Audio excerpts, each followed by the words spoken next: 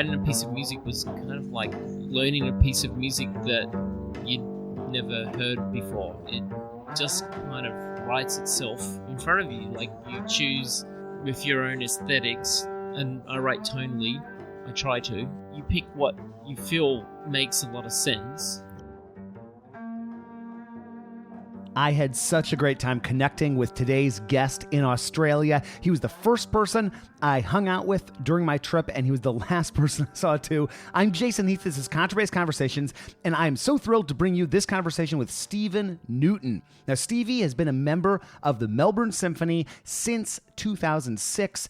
Just such a wonderful individual. He's one of the people that Rob Nairn from the University of Melbourne suggested that I get in touch with for an interview while I was in town. And in addition to being a great player, Stevie is one heck of a composer. He wrote this super cool solo bass sonata that he performed at the Melbourne Bass Day in November 2019.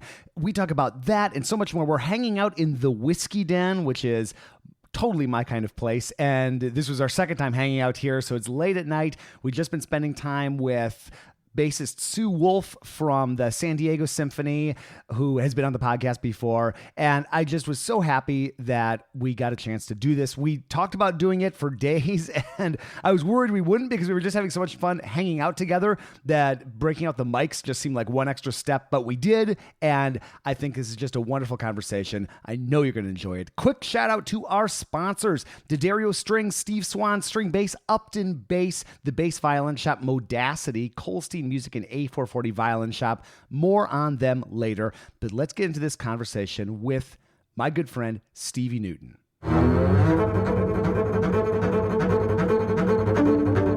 So where are we right now? We're at my favorite bar, my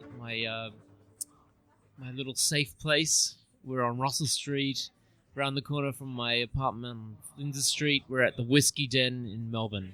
And I was here with Stevie a week ago, and we had talked about doing an interview, and then we decided to just hang out because we were hitting it off and having a good time, and we ended up here at the end of the night. But so here we are. I'm just about to leave Australia, and we're sitting down and chatting. But I'm glad we waited because we got a chance to get to know each other, and then I got a chance to hear you play your suite yesterday for the Bass Day, and it's a 6-movement suite in the style of, I guess, Bach cello suites, but like a suite, what you think. But it is such a cool piece. So thank you for writing that. And my mission now with the next couple months is to try to find a way to get this out into the world so other bass players can check this out, because it's a super cool piece. And I have way more things I want to talk about with you than we probably have time for, but maybe just talk through this piece that I heard yesterday. And I know that there are all sorts of references in there, and just can you just kind of tell me about this piece? Well, I have to say thanks so much for liking it. I didn't write it for anyone to play except for myself, and I didn't even really write it for anyone to enjoy. I wrote it purely initially as a study piece to learn to write music, and especially the prelude, which I wrote actually is an homage to my teacher and mentor Richard Gill, a great Australian musical educator and mentor to many. And the prelude was that particular piece, and then I wrote the jig, and I wrote that to. I was actually going to send it to my girlfriend's father, who had just suffered from a stroke, and I wanted to write something that was filled with harmonic movement and change, but very subliminal, active, but not necessarily in need of active attention to the ear. And then once I'd written these two pieces, I felt like I had something that represented life and death. And I realized that the prelude really, I didn't call it a prelude in the beginning, but I realized that it was like an improvisation and created a really good improvisation, and the piece about life was a real jig, a dance of life. And then I thought, well, I need to do something else that my teacher Richard always encouraged his students to do, and that was to write a solo suite in the style of Bach. So I wrote my Allemande, which is based upon, at the time, and sadly it was at the time, but my dog passed away, but it's based upon the notes E flat, F and D, and E flat for S, which is my initial, Stevie, and my partner's name Franny, and my dog's name Duke. And unfortunately Duke died this year on the 3rd of November, and the day before we had to put him down, I actually played the whole suite for him, and that's a memory that I'll always have. And then the courant is based upon all the keys that the whole suite moves around, and it's designed to, I wrote it to draw the whole suite together. I did have in my mind also Mercury, the winged messenger from the Holst, and it flies around, and I wanted the bass to fly around. And then the sarabande is based upon Francesca's initials, Franny's initials, F, G, and H, F, G, and B. And I wrote that for her birthday. And then the minuets are kind of pretty simple. I always sort of, I sort of thought I was writing an intermezzo, but I will say though I was heavily influenced. The second minuet is inspired by Jordi Savall's performance of the E-flat major bourrée, where he pizzicatos one of the bourrées, and I've always thought that was a very beautiful, tender way to draw the listener in the middle of a suite. Well, and the whole thing I thought was marvelous, and I love when you put the bow down and that second. It was minuets, right? For not bourrées, but I didn't write bourrées, the second minuet. I was actually telling Case Boersma, he went and heard you play the piece today too, and I was saying like how that I mentioned that moment when you put that down. So so in addition to this being a cool piece, you're one hell of a performer, my friend, and I got it. What's going through your mind before you play each one of those movements? Like I don't know if anything specific, because like I can almost see you setting the mood, or I'm not sure if you're self-conscious about what you're doing, but like I just feel like I could see you thinking about something before you played everything. Is that something conscious or? Absolutely. So Richard taught me singing and composition, and every song or every piece of music that we studied together, we talked about the context and the story of the piece, and every movement has for me a relevance to my life. It's a story for me, for my life, and I didn't write any dynamics or many indications in the score because I don't think that's necessary. But the first movement is based upon a cadence from Schubert's song Es der Verlust, and it's you could translate it as your first love, and for me that represented my teacher and how much I loved him and respected him. And there are in that references in my mind to the Erlkönig, to deaf knolls of bells. I think about the time that my grandfather, who's Greek Orthodox, I remember the bells ringing after his death. The Erlkönig, there's a moment where it goes into triplets, and there's this sort of frantic rush So I'm thinking about those sorts of things, and in the Allemande, I think, and I was really happy that I was able to come to this realization after the loss of my lovely dog Duke, that that's really about the happiness and fun that we all lived and enjoyed together. The Quran, as I said, it sort of strings the whole thing together, and I would think about Mercury just sliding around through different keys, and Francesca Franny, her saraband is obviously written as a respect and my love for her, and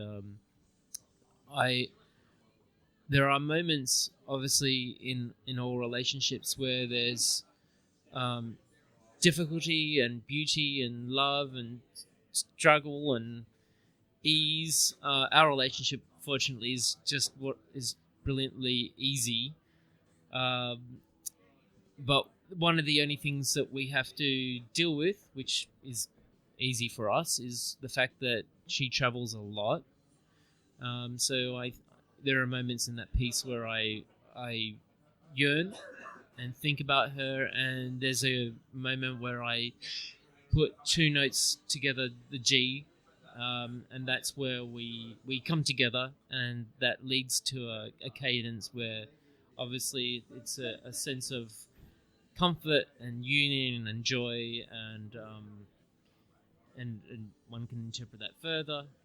And as I said, the minuets are sort of like an intermezzo that don't mean much, but they distract the listener. And then, really the big story for the jig is that life is precious, and I'm so happy that Franny's dad survived a really terrible stroke, and her family and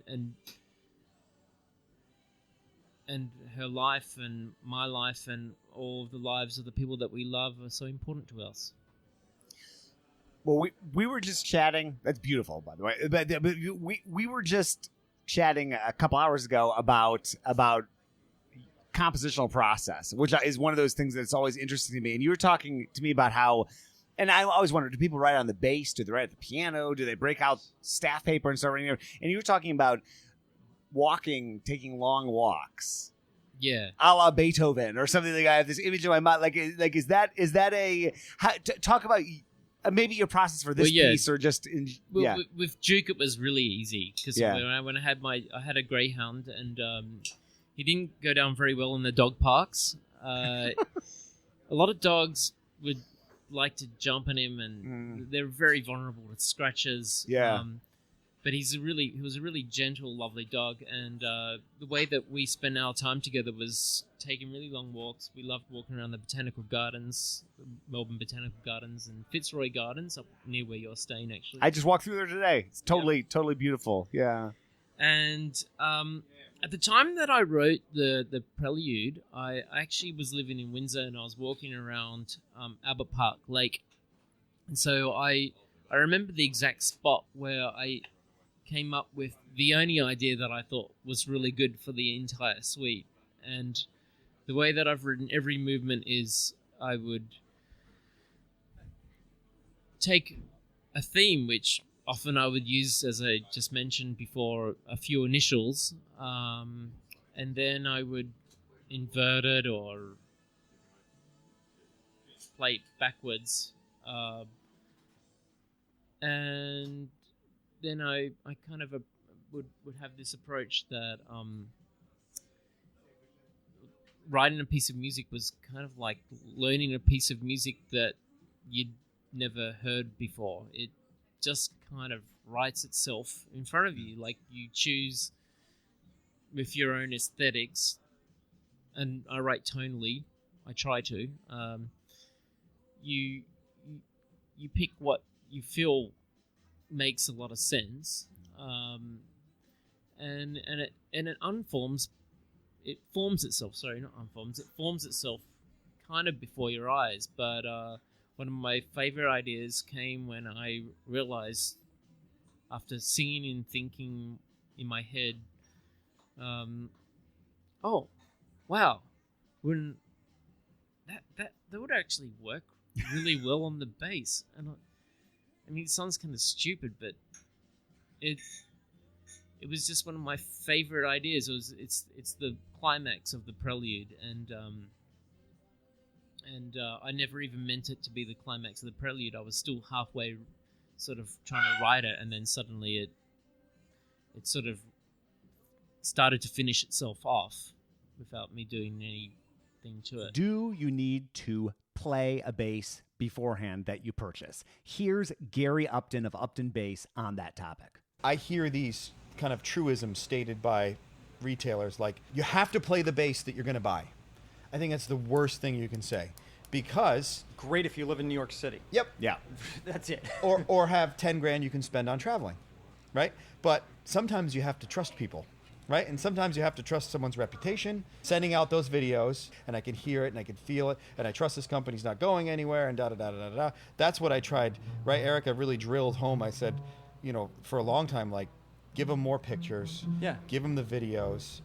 Give them everything they need to make a decision. The reputation of Upton Bass is stellar. People know, like, and trust them through all the great content they've put out online and through time and time again delivering on their promise of quality and consistency no matter what level of bass you're purchasing. Learn more at uptonbass.com, and thank you so much for sponsoring the podcast. This episode is brought to you by Steve Swan String Bass. And there's a lot that goes into being a bass player beyond that initial purchase of a bass. We need bass bows, we need bass covers, we need stands, we need new strings, pickups, wheels, quivers, upgraded gear like tuning machines, end pins, repair parts, all of that. And when someone's looking for some new bass gear or to upgrade something on their bass, I send them to Steve's shop. He's located just south of San Francisco in the Bay Area,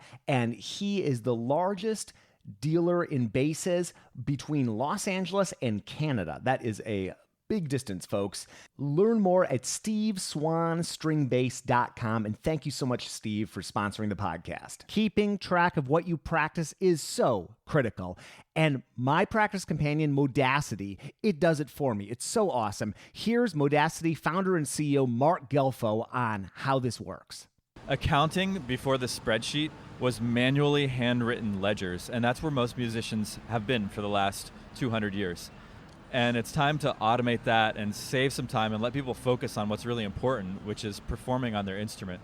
And that is exactly what Modacity has done for me. I feel so much more focused and energized and enthusiastic about practicing. I love this app so much. You can learn more at modacity.co and visit our website for a special offer for lifetime access for this app. Such a cool piece of technology. And thank you so much for sponsoring the podcast, Modacity. When do you, because you do many things. You're also full-time in the Melbourne Symphony and all the other things that one does in their life. When do you compose? Do you I mean, I'm assuming you compose when you have, or maybe you don't actually. Do you try to compose regularly, or is it more like you get inspired and you hop on it? And when you are in that phase of writing, like, when do you do it? Is it in the morning? Is it when Richard passed away last year on the 28th of October, that was a big wake-up call to pull the finger out and do some work and do practice what he taught me. Yeah. And he taught me singing and composition, as I said, but mainly singing. And there was a day when we were walking out after a lesson, said, "So what are you going to do with your life, Bubba?" And I said, "Well, I think I wouldn't mind being a bass player." I said, "Well, do it." And I thought, okay, I'll go do it. So I did that, and it was really great. And it is, and always will be. I don't regret that. But next year I'll be singing a lot. Actually, I'm singing with the Melbourne Symphony Orchestra Les Illuminations by Benjamin Britten, which is really another weird story. But yeah, how did that unfold? I don't know if I'm contractually allowed to say, okay. But basically, I think my friend and colleague Dal Bartrup, who's the concertmaster, knew that I could sing, and he asked me if I'd like to do it. And then a few weeks later, I got an email from management saying, "Would you like to sing this piece?" And I was like, "Okay." He was serious, so it's been. I'm really glad that he did. At the beginning, I thought the idea was a little bit far-fetched, but actually now that it's been given to me, I'm really grateful because I have been working a lot on my singing, and I've realized, just like any instrument, the more time you give to it, it really it develops quite a lot.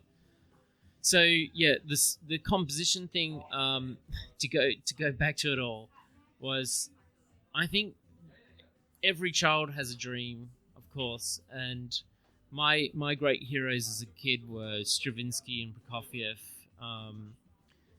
Sadly, not Mozart and Bach, but as an adult, they are my heroes.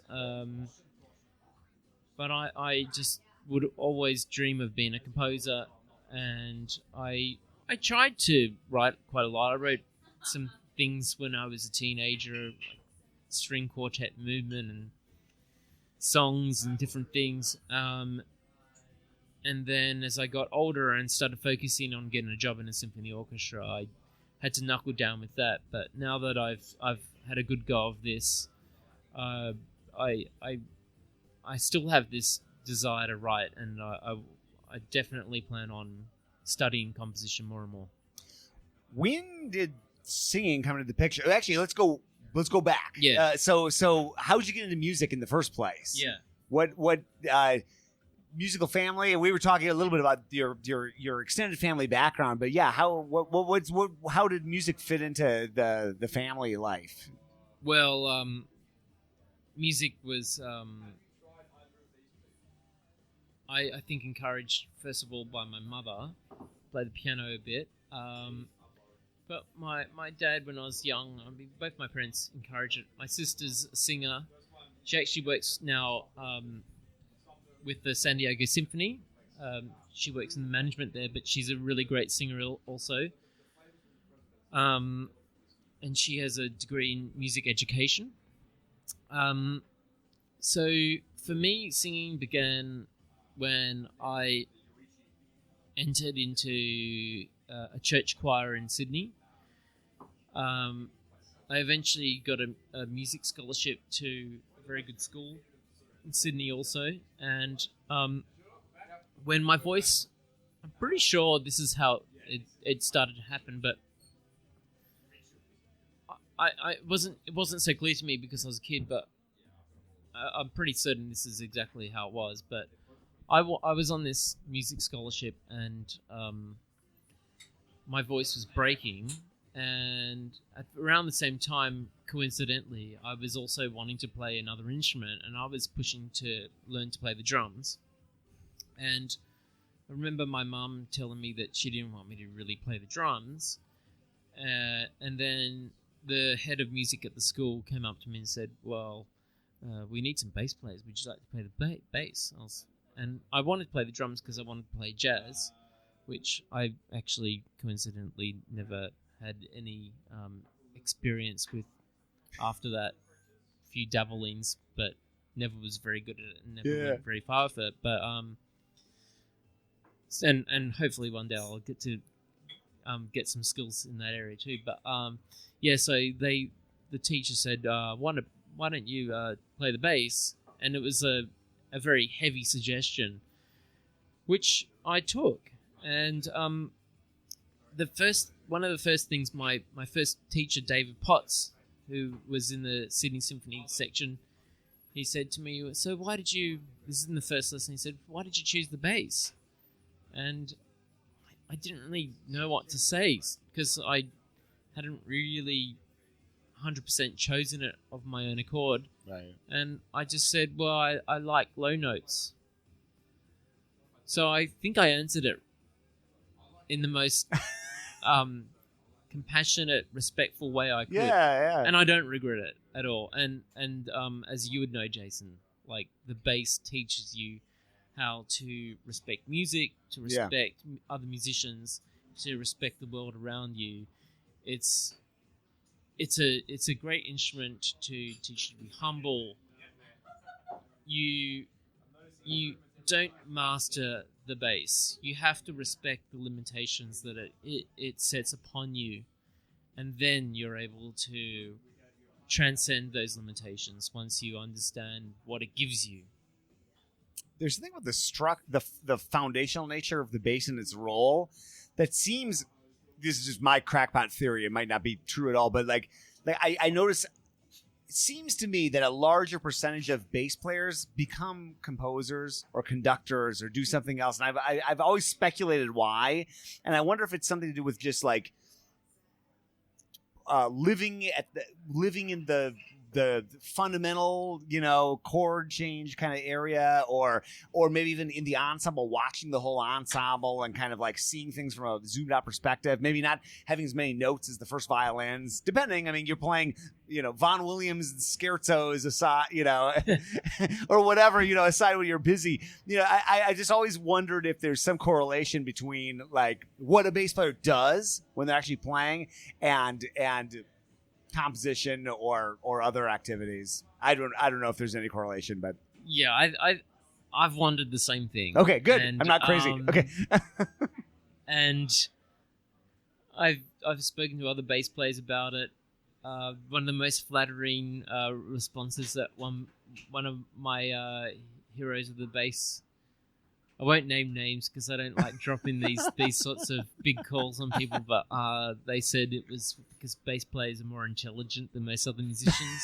Well, we'll take that. Yeah, we'll take it. And it's sort of it either calls for a certain type of intelligence or lack of intelligence to pursue this bull fiddle. Yeah, I don't know the answer to that, but for me, it's a really simple question for me personally.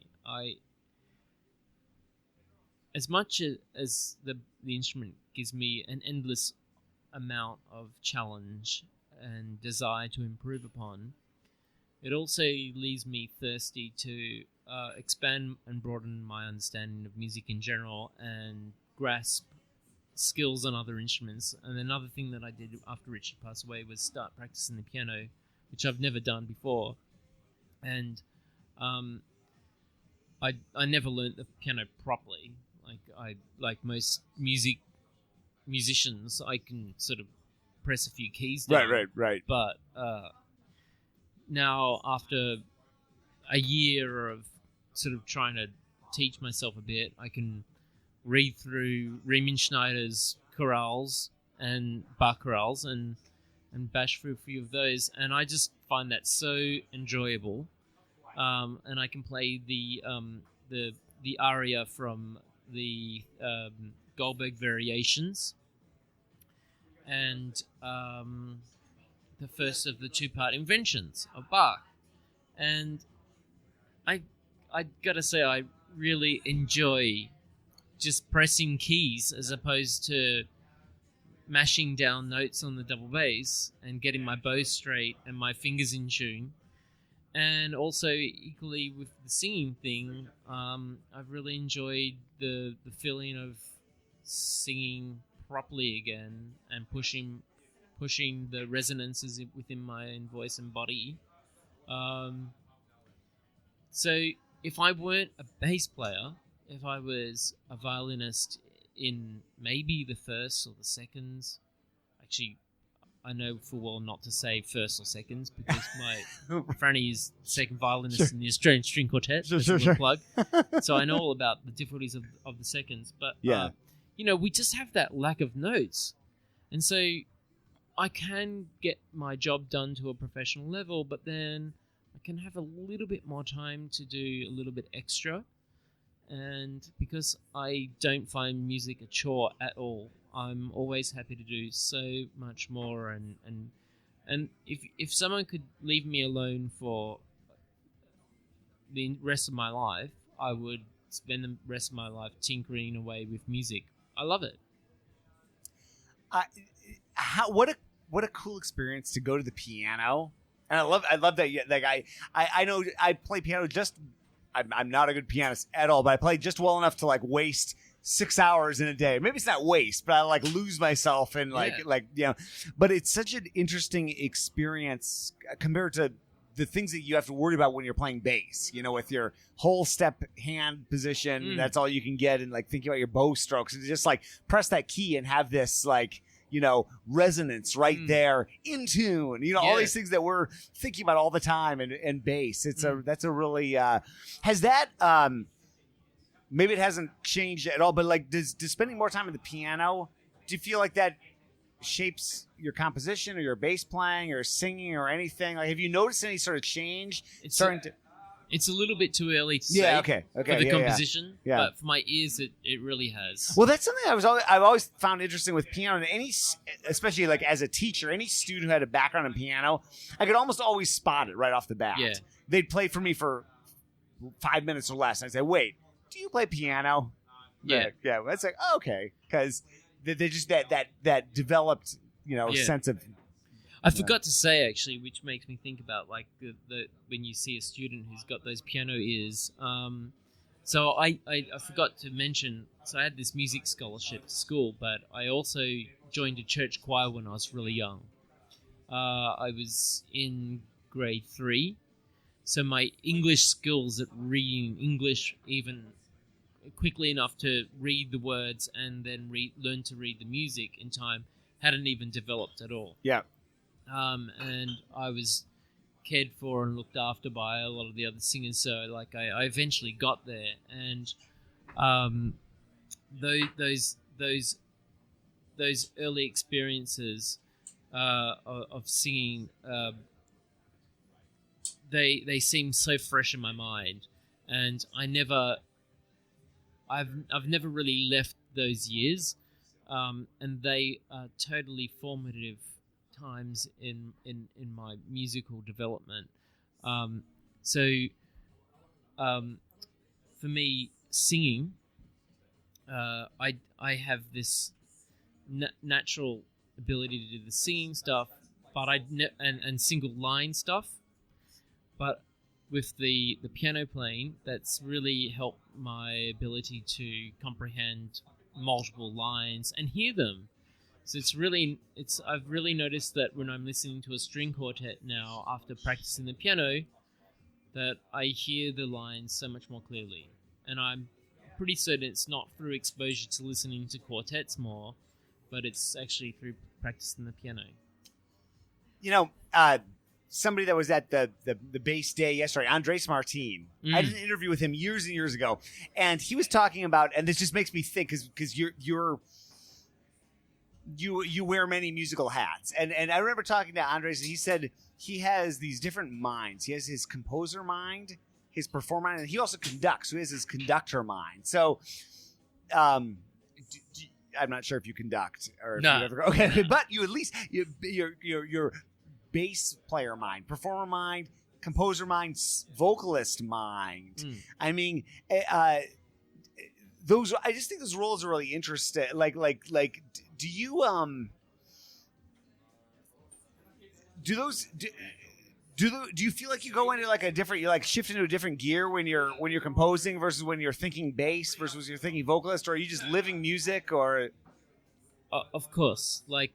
They're slightly different, but the one thing that allows me to do them all is the love of music's power to communicate. And to go further with that idea, I've often thought that I'm just distracting thoughts because I'm thinking about Brian Cox. I was working with Brian Cox he was working with the orchestra last week, and he was talking about finding meaning within a meaningless universe. Oh, wow. Not like in terms of it's all meaningless. Right. In a finite universe. But I'm sort of going on a more Earth plane here, That's talking about beautiful. species. Yeah, and, no, and, bring it on. Let's just ignore the universe for one moment. So, for me, if there's something special about the human species, which is a respectful call, but on another level, nothing that special, because animals provide us with incredible examples of communication and ability to survive. But I would have to say that one of the intricacies of our ability to communicate is the fact that we can create languages. And those languages can communicate a variety of things and actions on a really subtle level. Yeah. Whereas in the animal world, those things are pretty direct and obvious, perhaps, to our ears and our understanding. But if you were to take that as granted, then I then have to say, so we have language, and we have art, visual art, we have theatre, we have poetry, but then we get to music, and it's really where the ability to communicate for me is why I love it so much. I want to wear that hat, whether I'm a bass player, composer, or even just a human being walking down the street, because in a few notes, or just one note, you can say, I loved, I lost, I felt pain, I felt joy, I felt everything. And that's what I think about before a lot of my pieces. A question I like to ask people on the podcast is, what advice would they give their 18-year-old self? And here's Barry Kolstein of Kolstein and Sons answering that very question. I think as an 18-year-old, and or even in my early 20s, coming into the shop, everything like that, a lot of it was laid out for me. There was a plan, that I was given a plan, which I often say I've done a good job, and I'm proud of what I've done with the shop, and I continue to be proud. But, I was given an opportunity, and I always respect self-made people, that weren't given that opportunity. It's what you do with the opportunity. Barry has been providing bassists with opportunities through beautiful instruments, bows, cases, you name it. He's been doing this himself for 50 years, and the shop is celebrating their 70th year in business. Thank you so much for what you do, Barry. Check them out at Kolstein.com, and thank you for sponsoring the podcast. This episode is brought to you by D'Addario Strings. Our friends at D'Addario want to help listeners change their strings safely and efficiently, and they have a few tricks to help you achieve that. What happens if strings aren't quite the right size for your instrument? For instance, if you play a 5/8 bass, when strings are slightly too large for an instrument, the tension will be lower. And when strings are slightly too high for an instrument, the tension will be higher. Learn more at orchestral.daddario.com. And thank you so much for sponsoring the podcast. I was wondering that I got that sense. That's why I was asking you a little bit ago about what you were thinking about before those pieces. I was wondering, is he nervous up there, or is he thinking about something? And maybe you do get nervous before you play. I'm not sure if you, but it almost seemed like you were setting the scene for what you're about to do mentally. I mean, I don't think it didn't seem like you're trying to physically do anything in particular, but I was just sort of watching, I could see that something was happening before you dove in. Yeah, well, I learn a lot from doing auditions. Oh, yeah. There's one choice. You either jump into it and you mess up, or you take some time and you prepare yourself for the obstacles that are in front of you. But most of all, if I'm nervous, and I kind of digress here, but if I've felt nerves before, and I've got one solution to them, and I say to myself, okay, be nervous and destroy it, or wait for those nerves to disappear and keep on going. But I wasn't really nervous last night. The hall was really great. I was nervous, like most musicians probably are nervous before a big performance. I was nervous because the piece is a little bit beyond my ability. Not a little bit. It's pretty hard. And I haven't had as much time or work ethic to pull me through to the very best of my abilities. But I spent the day with a few butterflies in my stomach, not heavy, but particularly the last 5 minutes before the performance, I focused on the reasons of why I wrote the piece and what's important to me. And what was important to me was to tell the world how special my friends and loved ones are to me. And I can shamelessly say that again and again. Like these are the people that shaped me, that supported me, and still do. Oh, that's a beautiful way to look at it. And I think from talking to people, it seems like if you realize that maybe you're the conduit of art, you're the conduit of this emotion, like rather than it's not all about you, it's like about this art that's about to occur, and you're just a part of that thing. It's a little probably harder in an audition, maybe not, but that's something that it seems like that people that seems to help people sometimes when they realize kind of what their role is in that whole performance process. Yeah. Well, this week, as you briefly mentioned, we played the Vaughan Williams. You said the Vaughan Williams scherzo. But it was from the Fifth Symphony? Symphony, and you implied that it was difficult. It wasn't really difficult. I just kept making mistakes. I just okay. There's a lot of difficult stuff, but that one for some reason just got my brain. It might have been because I was trying to learn to play my Allemande all week. Yeah.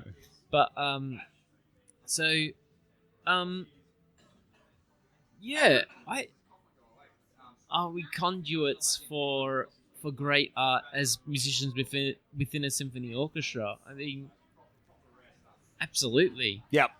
But I also think the audience is at the same time. So when I'm playing something, I look at the audience not to sort of intimidate or scare them. I look to them because we're all enjoying this or feeling this together. Yeah. And when I was playing my suite, I looked around the audience, and some people were engaged and some people were yawning, and I found both responses actually quite encouraging, motivating, to draw in the people that were yawning and to continue capturing the people that were part of the story. It's not, I didn't find it insulting to see someone not disinterested. When someone's disinterested, the job is to regain their attention. And, for me, that was kind of easy because I wasn't talking about scratching myself. I was talking about, really the core needs of every human being. Yeah. Love, or loss of it. Yeah, that's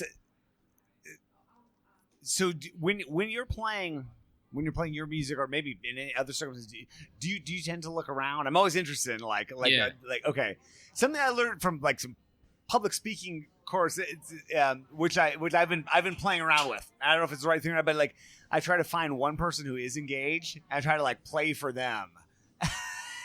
I don't know if that's a good move or a bad move, or talk to them. Yeah, well, okay. Before I move on from the last thing, I just wanted to talk about that Vaughan Williams Fifth Symphony. Please. So I was playing the we started it in rehearsal, and I really liked it, and there were mixed responses right from the beginning, and I really liked it right from the beginning. And then we got to the romanza, which is the third movement, and wow, I almost had to put my instrument down and just leave. And I thought I'd have to go tell management I can't do it. I just miss my dog too much. Really? This piece was just grabbed my emotional core, and every time, every rehearsal, and that's probably why I never really kind of grasped the scherzo so much, because I always knew this romanza was coming up, which just grabbed my heartstrings every time, and it was always slightly different. The first time it was like he was calling out to me, and the second time we were calling out together, and subsequently tonight, it felt like I was resisting the need to let him disappear from my mind and accept that he had gone, and I was resisting that. And this is all in the same piece of music, you know. So again, this whole communication thing is just incredible. Yes. Yeah. So anyway, I love the symphony, and that's my plug for the symphony. And then with the other outer movements, that romanza just makes so much sense. So going back to what you were saying, what was it? Sorry.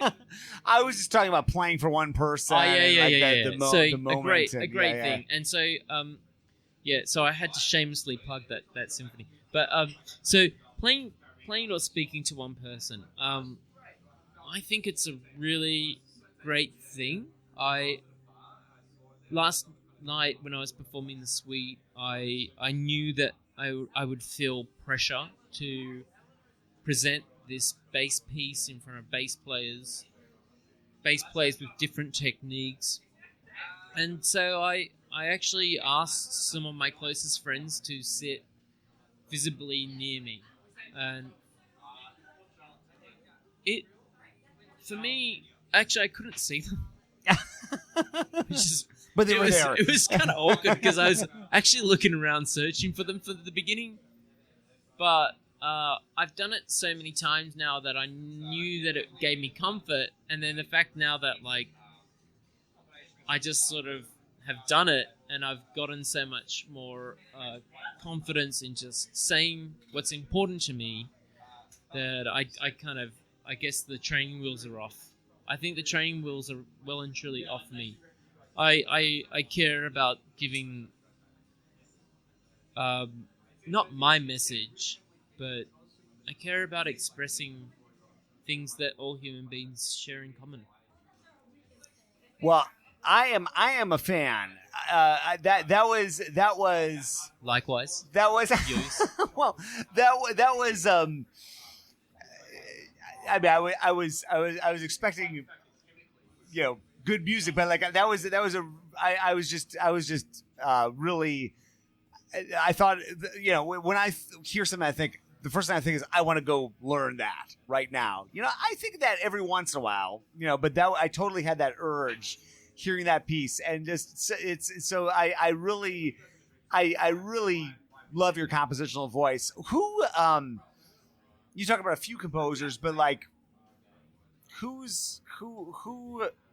do you see in your music? People who have been some of your influences? I know that Bach. Okay, well, for sure, especially listening to that suite. Yeah, but I've got one of Richard Gill's students, a fellow student of his from the same age group, was Dave Patterson. He's a fantastic young Australian composer, and also a really great mate. So we talk a lot about composition, and he's given me a lot of simple tips. Not simple. Well, yes, simple, but you know what I mean. Right. Simple, but not simple. Yeah. Of course. And so on top of that, I've got a pretty strong drive to study and work hard.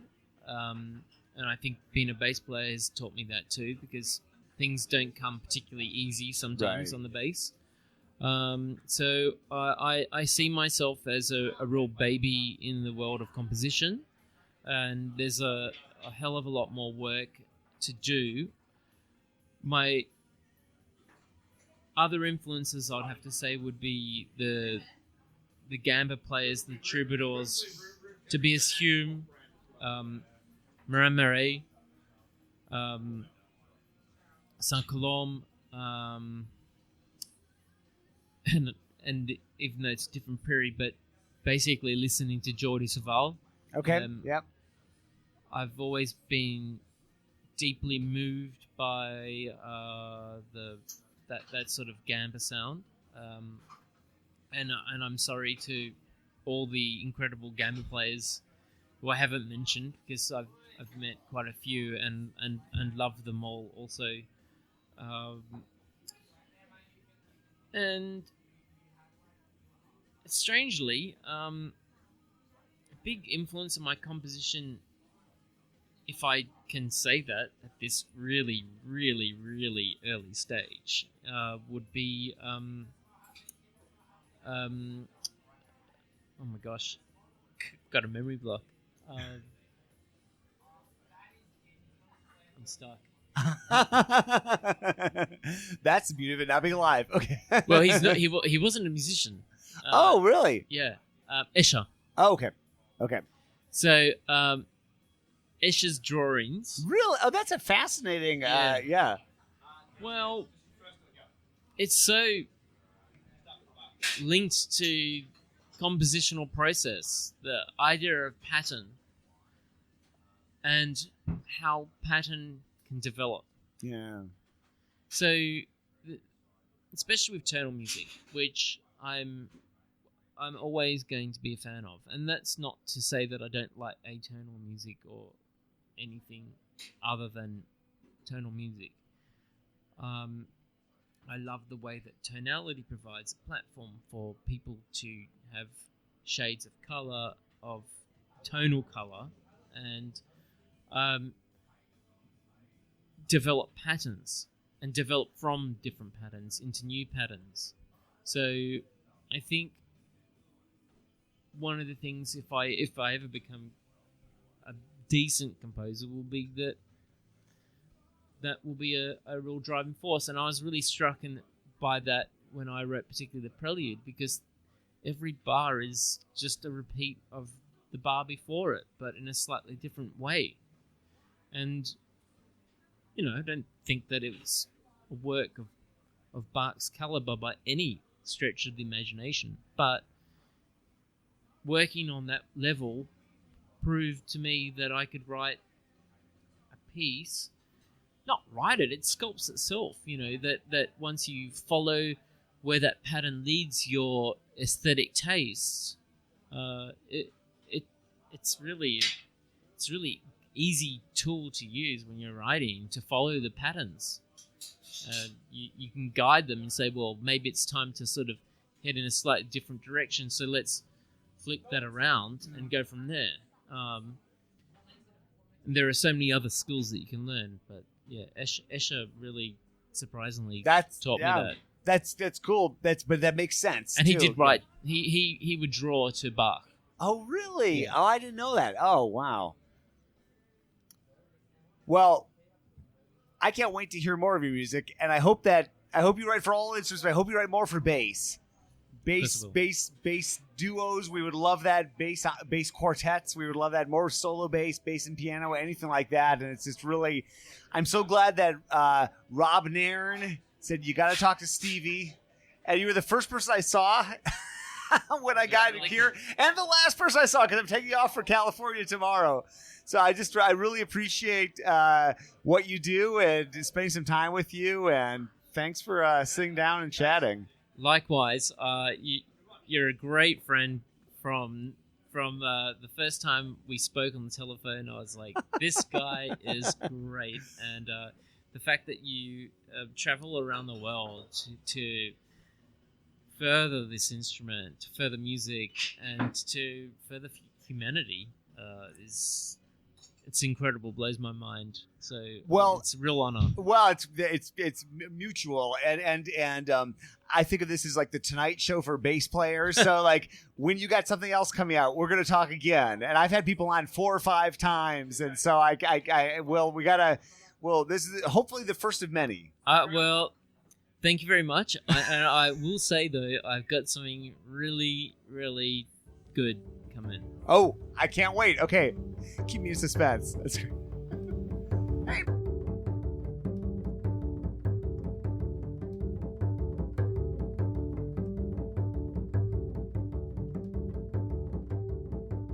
Stevie, you rock. Thank you so much for taking the time to chat with me for the podcast and just to hang out and make you feel so welcome in Melbourne, in Australia. I landed, I was jet lagged, I wandered the city, fell asleep. That next morning, I woke up and called Stevie, and it was just so great to connect with him. We hung out later that day, and I just had a great time with him and with everybody that I met in Australia. So if you've been listening to this whole Australia series from the beginning, thank you for that. I think we started with Ben Robertson, and what do we had, like 10 interviews, something around there, maybe a little more, maybe a little less.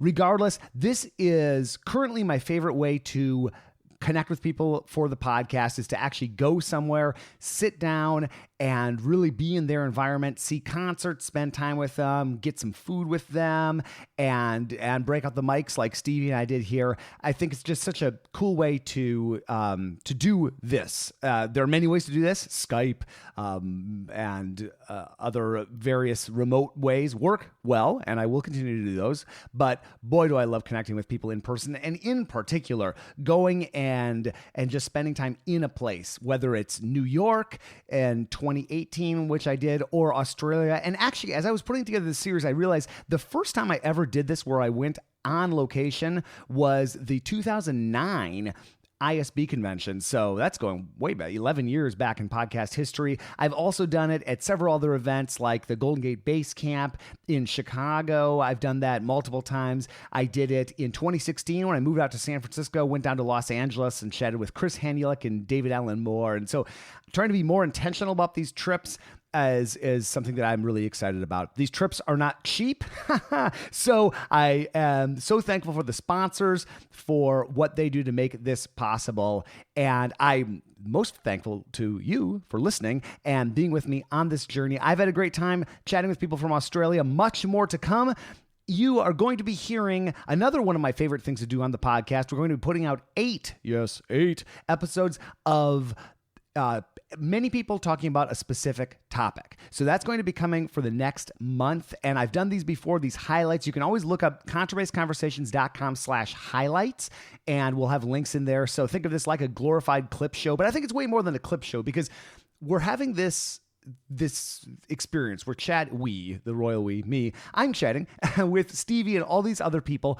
And it's like the raw product, right? I'm just hanging out with somebody, and whatever comes up, comes up. There are no rules. There are no structures. I really like just having the sort of conversation that I would have, just getting a cup of coffee or a drink with somebody in a normal circumstance.